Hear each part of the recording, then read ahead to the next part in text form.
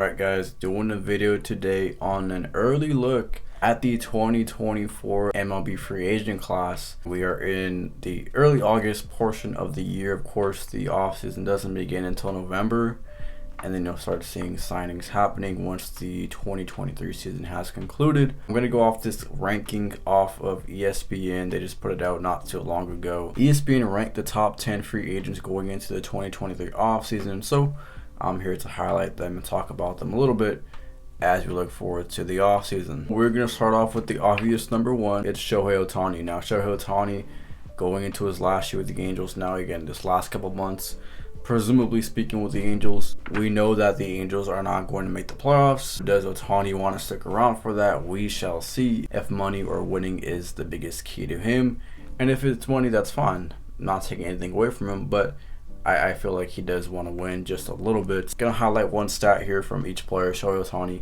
has 40 home runs. These stats, by the way, are pretty much career highs. Ohtani has 40 home runs. His career high is 46. 40 now. He is going to easily pass 46 home runs. Ohtani is going to be the class and one of the biggest free agent signings in not only MLB history but sports history. It's going to be something to watch. The second ranked player on the ESPN list was Matt Chapman. Now, Matt Chapman is a good player. Matt Chapman is a good player, batting 258 this year. Has his career high already. It doubles with 35 doubles on the season, so he's been an extra base hit machine. Playing third base for Toronto, acquired from Oakland last deadline. Hasn't played extremely well in Toronto, but I think the Blue Jays are going to be open to a reunion, so we'll see if Matt Chapman sticks around in Toronto.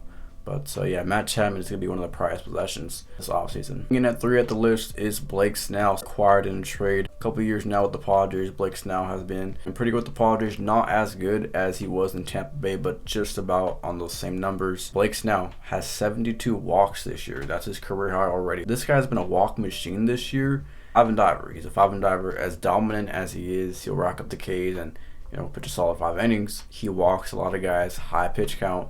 Something to be wary of if you're going to hand out a multi-million-dollar contract in the $100 million range.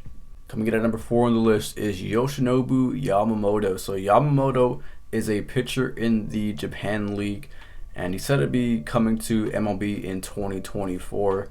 Now, the WBC ranked him as the best player in the WBC, not in MLB. So he is a highly touted starting pitcher coming out of Japan, and we shall see what his numbers get. I would expect higher than what Cody Bellinger got at 75 5 years. Expect Yamamoto to be one of the prized possessions on the pitching market. We get at number 5 on the list is Nola. Nola has been a Philly all his life, and Nola has been pretty good for most of his career. Nola, a pretty reliable starter, although Philly fans are kind of fed up with him. So with that being said, I think Nola is probably on his way out of Philadelphia. I don't think the Phillies are going to be re-signing Nola, and we shall see what his market looks like, but he is a reliable starting pitcher. Will give you another good 5 years, I think, in the major league level. The thing to watch with Nola, he has given up the most home runs in his career already at 26 home runs, so he is a victim of the long ball.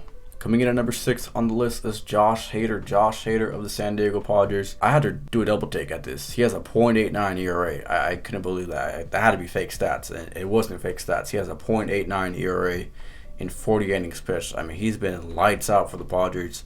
Now, the Dodgers just played the Padres, and I don't really think I saw Josh Hader one time all series long, so they're kind of keeping him out of the spotlight. It seems like they don't want to use him at all. Yeah, Josh Hader, though, this year has been phenomenal. .89 ERA in 40 innings pitched.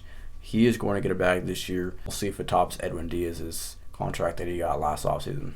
Moving in at number 7 in the list is Eduardo Rodriguez, of course, the guy who vetoed the trade to the Dodgers. Eduardo Rodriguez, I would not be paying Eduardo Rodriguez if I was the GM, not because he vetoed the trade to the Dodgers, but because I think he's a one-year wonder. Being in the AL Central is going to help his numbers a lot, and I'm not sure he'll pick up these numbers again that he's had this year. So Eduardo Rodriguez is set to be one of the top pitchers in the free agent market. Expect the team to overpay for him. He does have a 2.46 ERA. His career best, but again, like I said, I would expect somebody to overpay for him. Desperate team trying to make the playoffs or trying to fill seats. So Eduardo Rodriguez is coming in at number 7 on the list. Coming in at number 8 on the list is the Dodgers starting pitcher Julio Urias. Julio, a lifetime Dodger himself, is finally going to be getting the free agent money that he's been waiting for. He's had the worst year of his career in his free agent contract year, so that's not a good thing for Julio. But a 4.96 ERA, is he better than the 4.96 ERA pitcher? Yes, he is. I think Julio will still get a bigger bag than Eduardo Rodriguez and maybe even Nola, Blake Snell, TBD. But Julio Urias is going to be one of the top starting pitchers on the market. I think a team will shell out over $150 million for him if they want, and I don't think that'll be the Dodgers. We shall see what Julio's future in LA holds. We get at number 9 on the list is Cody Bellinger, one of my favorite players. Still to this day, I root for Cody every single day. I hope he does well, and he's doing well in Chicago. He's done well. I had no doubt he would bounce back in Chicago this year, boasting a career-high 17 stolen bases. He is turning it up there on the stolen bases. Of course, though, he's been ravaged with injuries this year.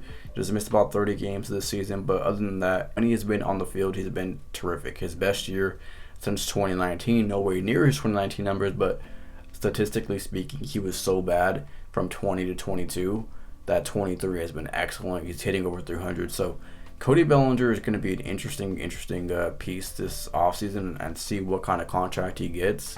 He signed a 1-year deal with Chicago. Not sure if he's going to resign with the Cubs. He may be open to that. I think he's talked about that, but I'm pretty interested to see what Cody Bellinger does get on the market. And lastly, coming in at number 10 on the list is Lucas Giolito. Now, in 2 starts with the Angels, he'll be making his 3rd start after recording this video. Lucas Giolito has been not too good with the Angels. I mean, the Angels have been just imploding since the deadline. Before the Angels' tenure was pretty good, was one of the highly touted pitchers, although I was not super high on him. I thought the Dodgers could use him, but I wasn't like, oh my gosh, he's going to be the savior of this team. Giolito has given up 25 home runs this year as well, so also another victim. The long ball, career high there in 25 home runs given up. Giolito is going to be another top pitcher on the market. Again, a pretty decent starting pitching class. Wouldn't say most of these guys are aces, but these guys are good 2-3 options in the rotation. So, but yeah, guys, that is going to be it on this video. Let me know your thoughts down below on these 10 free agents that I just talked about. Again, these are ESPN rankings. Maybe I missed a couple of guys that you think this should be in the top 10. Let me know down below in the comment section on your thoughts and where these guys might go. With that being said, I'm going to sign off. I appreciate everybody for tuning in. I'll talk to you guys again next time. Later.